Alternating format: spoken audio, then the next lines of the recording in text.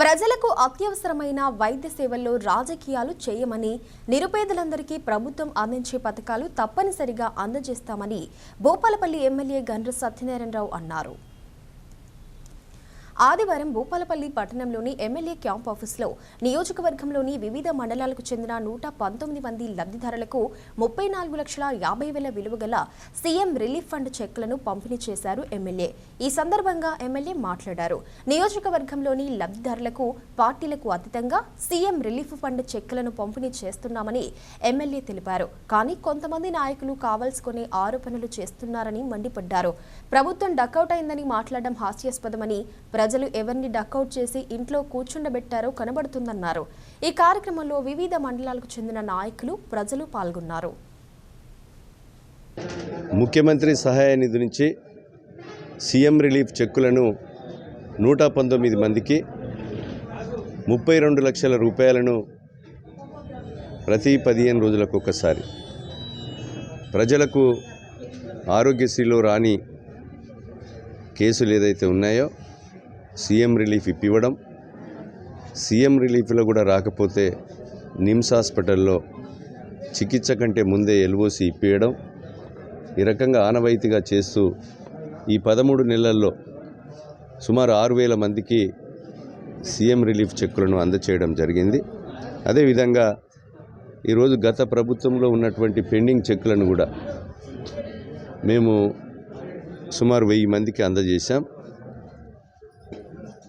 కొంతమంది చెప్తున్నారు పార్టీ పరంగా చూసి సీఎం రిలీఫ్ చెక్కులను, కళ్యాణ లక్ష్మి చెక్కులను ఇస్తున్నారని. మేము ఇక్కడ ఒక వ్యక్తినే పెట్టాం, ఎంప్లాయీని పెట్టి నియోజకవర్గం నుంచి ఇంకా పక్క నియోజకవర్గాల నుంచి అర్హులు ఎవరైతే ఉంటారో వారందరికీ కూడా సీఎం రిలీఫ్ చెక్కులు ఇవ్వమని చెప్పి పార్టీలకు అతీతంగా ప్రతి ఒక్కరికి అందజేస్తున్నాం. ఈరోజు కళ్యాణ లక్ష్మి చెక్కులను కూడా సంతకాలు పెట్టిస్తున్నాం. కనుక మీరు ఒకసారి ఆలోచన చేయాలి. నైన్పాకలో 2021లో అక్కడ సీఎం రిలీఫ్ చెక్కులు వస్తే నిన్న ఒక వ్యక్తికి ఇచ్చాడు, పోయిన నెలలో ఒక వ్యక్తికి ఇచ్చాడు. గత పాలకులు అంటే చెక్కులు దగ్గర పెట్టుకొని చెక్కులు ఇవ్వకుండా రాజకీయాలు గతంలో చేసిన అలవాటును బట్టి మాట్లాడడం సరైన విధానం కాదు. మేము అలాంటివి చేస్తలేం. ప్రతి వ్యక్తికి ఈ నియోజకవర్గంలో పార్టీలకు అతీతంగా నాకు 1,23,000 ఓట్లను అందించారు. అదే రీతిలో పూర్తికాలం 5 సంవత్సరాలు ఈ నియోజకవర్గ అభివృద్ధి నాకు ముఖ్యం, పేదవాని కష్టమే నాకు ముఖ్యం. అదే బాటలో మేము నడుస్తాం. గృహ నిర్మాణ శాఖ మంత్రులు పొంగులేటి శ్రీనివాసరెడ్డి ఈరోజు ఉమ్మడి వరంగల్ జిల్లా కలెక్టర్ ఆఫీసులో 3 గంటలకు అన్ని జిల్లా కలెక్టర్లు, జాయింట్ కలెక్టర్లతో, ఎమ్మెల్యేలతో, ఎంపీలతో సమావేశం నిర్వహించడం జరిగింది. ఈ నెల నుంచే 4.5 లక్షల ఇండ్లు, నియోజకవర్గానికి 3,500 చొప్పున ఇండ్లను కూడా ఇవ్వబోతున్నాం. కొంతమంది మాట్లాడతారు డక్అవుట్ అయిందని. డక్అవుట్ అయిపోయినరు, మీకు అసెంబ్లీలో డక్అవుట్ అయిపోయినరు, పార్లమెంట్లో డిపాజిట్లు పోయినాయి.